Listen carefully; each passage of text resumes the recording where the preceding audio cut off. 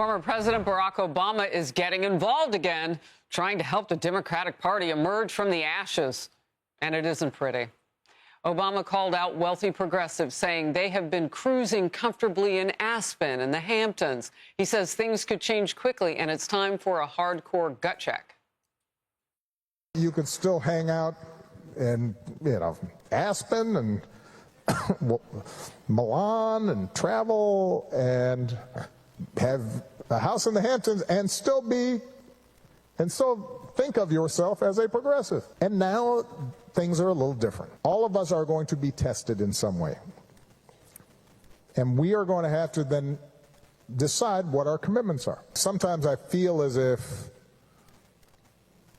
during my presidency, I think a lot of people felt comfortable in their righteousness because they didn't have to test it. And now you have to test it a little bit more. Professor Obama. Power panel, Marc Thiessen, former White House speechwriter and Fox News contributor, and Patrick Murphy, former Pennsylvania Democratic congressman, and he served the great military. We appreciate that. So, Mark, I don't know, do they want a lecture from Obama on the left? If you want a path out of the political wilderness, the last person you should follow is Barack Obama. So Barack Obama's presidency was the moment that the Democratic Party abandoned Clintonian centrism for left-wing radical politics. And it was a disaster for the Democratic Party. I actually went back and looked at the numbers, Harris.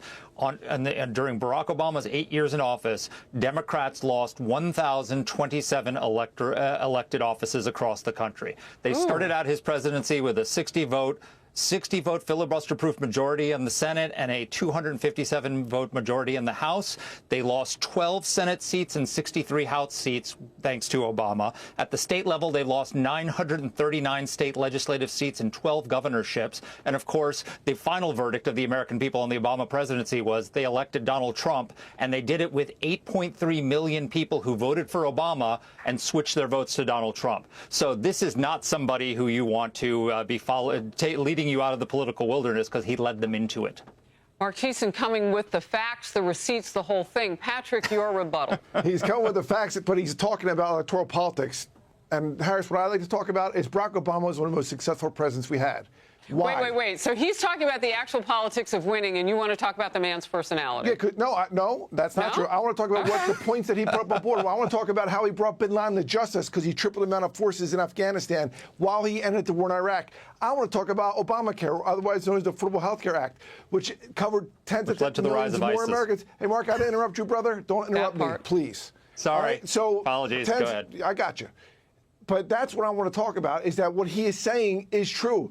That, Harris, my mother is a Catholic nun. She reminds my brother, sister, and I all the time, God gave us 2 ears, but only one mouth for a reason. We have to listen more than we speak. What he is saying to people is, stop being righteous. Listen to people. Engage them. Don't act like you know everything. And that's what we need right now in American politics. I also heard him say that change your zip code if you're going to talk to the masses. Like, you might not be able to use a megaphone from the Hamptons. Says a man who, I know their house is for sale, but he still has one on Martha's Vineyard at this point, so I don't know. Anyway, the U.S. Supreme Court yesterday is backing Tennessee's ban on gender procedures and medications for minor children. But instead of reporting on the actual decision, which matters across the country, the legacy and liberal media chose a side again. And they're sticking to it. Major outlets pushing panic. The Washington Post writes a polarizing national issue the Trump administration has seized on in initiatives targeting transgender rights. The Associated Press calling it a huge setback for transgender rights. And NBC joining the chorus saying the Supreme Court is delivering a major blow to transgender rights. I see a little bit of a drumbeat, perhaps the same talking points writer. Mark. Exactly. I mean, look, this is a perfect example of what's wrong with the left today. Is the Democrats keep putting themselves on the wrong side of 80-20 issues. So the Supreme Court basically just said you can't mutilate underage children. The states can ban that, and they're losing their minds over it. This is the Democratic Party. They're opposing efforts to deport criminal aliens. They're storming ICE facilities. They're storming press conferences. They're supporting women, men playing in women's sports. They're on the wrong side of all these issues. And the idea, and the reason why people elected Donald Trump is because they want to restore common sense. It's common sense that you don't mutilate underage children. It's common sense that you don't allow men to play in women's sports. And we're now having a revolution of common sense in the country, and the Supreme Court just affirmed it.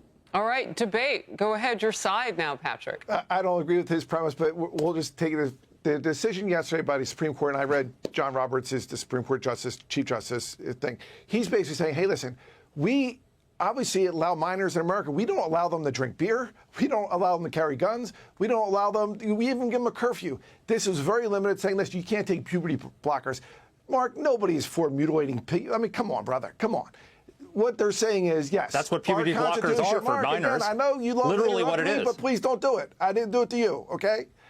All I'm saying is this, is that our Constitution says we are all created equal. But again, there's limits on that. And there's limits when you're a child that you can't take puberty blockers until you become of age of 18. And that's all it was saying. And Chief Justice Roberts was saying in the 63 decision, hey, listen, we don't have all the answers here, but states do have a right under the 10th Amendment to give certain restrictions, including to minors who want to get puberty blockers because they are. So there you go. All right, God Murphy's got a you mansplain to the left now, because I don't think that's how they're hearing it.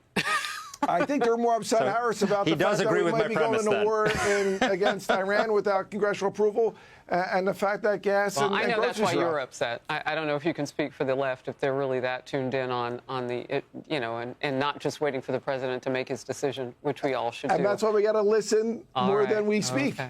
Good to see you both. Great debate. Thank you. I'm Steve Doocy. I'm Brian Kilmeade. And I'm Ainsley Earhart. And click here to subscribe to the Fox News YouTube page to catch our hottest interviews and most compelling analysis.